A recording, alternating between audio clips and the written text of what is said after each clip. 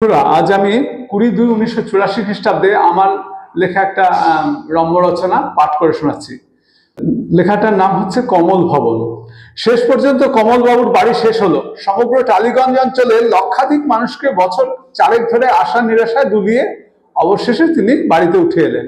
এই বাড়ির ইতিহাস যেমনই বিচিত্র তেমনি করুণ। যে বাড়ি তৈরির পুরোটা না দেখেছে তার পক্ষে বিচিত্র ইতিহাস অনুধাবন করা আদৌ সম্ভব নয়। বাড়ি তৈরির একদম প্রথম দিকে চারিপাশে বেশ কয়েকটা মোটা মোটা পিলার উঠে গেল। ভেতরটা যেমন উঁচু হলো তেমনি পোক্ত। যতক্ষণ না সেটা সেই ভিত ঝাঁপ দিয়ে মরার মতো উঁচু না হলো ততক্ষণ কাজ চালিয়ে যাওয়া হলো। রাস্তা দিয়ে লোকজন চলাফেরার পথে বাড়ির দিকে এক একবার এসে থমকে দাঁড়াতো। অবাক বিস্ময়ে একজন আরেকজনকে জিজ্ঞাসা করতো, দাদা এটা কি হচ্ছে? উত্তর আসতো সেই রকম, ঠিক বোঝা যাচ্ছে না, গুদাম টুদাম হবে হয়তো। সেটা 80 সালের কথা। 1 বছর কাজকর্ম বন্ধ ছিল, লোকজন অস্থির হয়ে উঠেছিল। পুজোর ষষ্ঠীর দিন ষষ্ঠীতলা থেকে একজন এসে পাকা খবর দিল মিনি থিয়েটার হল হচ্ছে। আবার কাজ শুরু হলো। কিছুটা দেওয়াল তুলে মাঝে মস্ত মস্ত ফাঁক রাখা হলো। ফাঁকগুলিতে নাকি জানলা বসবে। দরজাটাও রাখা হলো একজন মানুষের টায় টায়। চোর চুরি করে একদমরে যাতে ঘর থেকে বেরোতে না পারে তার জন্য নাকি এই ব্যবস্থা। পাকা ব্যাপারটা এতদিনে বোঝা গেল।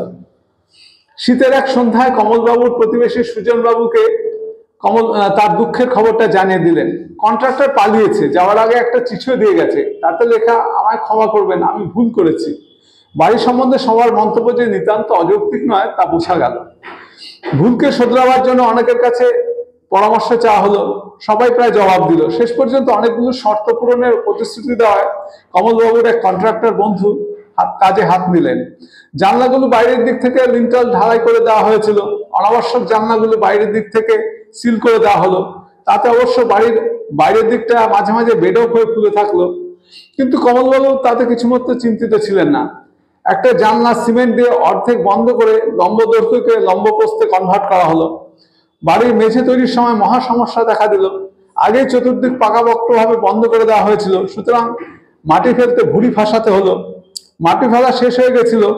সেই সময় কমলবাবু তার অফিসের বন্ধুর কাছ থেকে খবর পেলেন, মাটিতে আগে গর্ত করে জল না ঢাললে মেঝে বসে যাবে। সুতরাং মেঝেকে পোক্ত করতে মাটি খুঁড়ে জল ঢেলে জায়গাটাকে কাদা প্যাচ প্যাচ করা হলো।